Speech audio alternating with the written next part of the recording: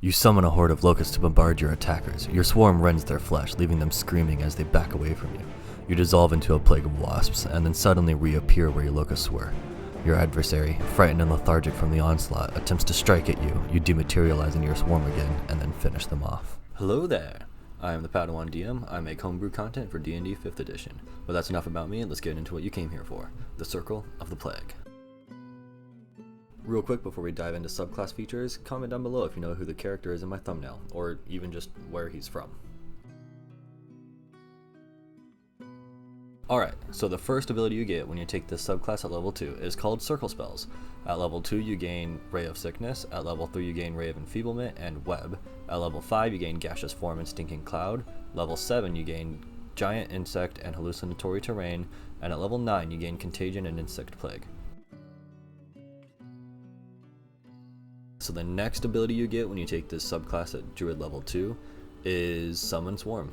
This works pretty similarly to the Wildfire Druid, where you can use a wild shape to summon a creature rather than you becoming a creature. So in this case it's a swarm of insects, and there are 5 different types of swarms that you can choose from. Locusts, fire ants, beetles, lightning bugs, and wasps. And each of these swarms has a special effect that if they hit, they have a chance to do. So locusts, if they hit, they have a chance to cause frighten. If fire ants hit, they can cause a burning effect, which I can explain that later. Beetles can reduce AC, lightning bugs can chain lightning to other targets, and wasps can cause the poison effect. Just like the wildfire spirit, in combat, the swarm shares your initiative count, but it takes its turn immediately after yours. The only action it takes on its turn is the dodge action, unless you take a bonus action on your turn to command it to take another action. This part is the same as the Wildfire Spirit. Alright, so there's only one ability for level 6 for the Circle of the Plague, and it's called Plague Mind. So whenever your swarm's attack applies burning, poison, frighten, reduces AC, or chains lightning, you can then cause the target to become slowed. This is the same effect as the slow spell. You can only use this feature a number of times equal to your wisdom modifier per long rest. The point of this is to feel like you're plaguing your enemies, like you're punishing them, you're applying debuffs. I wanted you to feel like you're able to make them feel sick. You've got the Ray of Enfeeblement, which reduces their attack. You've got this, which only gives them, like if they're a martial class, they can only take one attack, which is like they're gonna feel weak, and that's the point. You want them to feel as if they're plagued with some crazy disease that they got from getting eaten by ants or something like that. Real quick, I realized there's something I forgot to tell you about when talking about Summon Swarm. At level 2, when you get Summon Swarm, your damage die is a D4. At level 6, it increases to a D6, so by the time you get Plague Mind, your damage die will actually be a D6 on your Swarm. At level 10, it will be a D8, and at level 14, it will be a D10. Okay, so this is actually the next day, but I realized that I forgot that there is actually a second ability for level 6, and it's called Ant Might. You gain proficiency in athletics and strength saving throws. Alright, so the first ability you get when you get to level 10 is called Greater Swarm. This one's pretty simple. It's just you can summon 2 swarms at the cost of 1 wild shape. The second ability you get when you get to level 10 is called Swarm Form. This basically says that instead of summoning a second swarm, you can actually assume the shape of one of your swarms. While in this form you still appear humanoid, but your body is made up of hundreds of insects. Because you aren't a full body, any attacks made against you are at a disadvantage. You gain a flying speed or a climbing speed based on the swarm that you assume, equal to your walking speed. Any spells that can target only one creature still affect you though. You can revert to your normal form earlier by using a bonus action on your turn. The capstone ability for Circle of the Plague is called Master of the Swarm. You can summon up to 3 swarms at the cost of 1 wild shape, so now you can have 3 swarms out at a time. In addition to that, you can use an action to move into the same space as one of your swarms and then become it. While you are in a swarm form, you can use a bonus action to appear in the same space as any of your swarms. So now you can like jump in and out of your swarm form, as well as basically teleport between your 3 swarms that you have out. You can just jump back and forth. You have plenty of movement around the map now.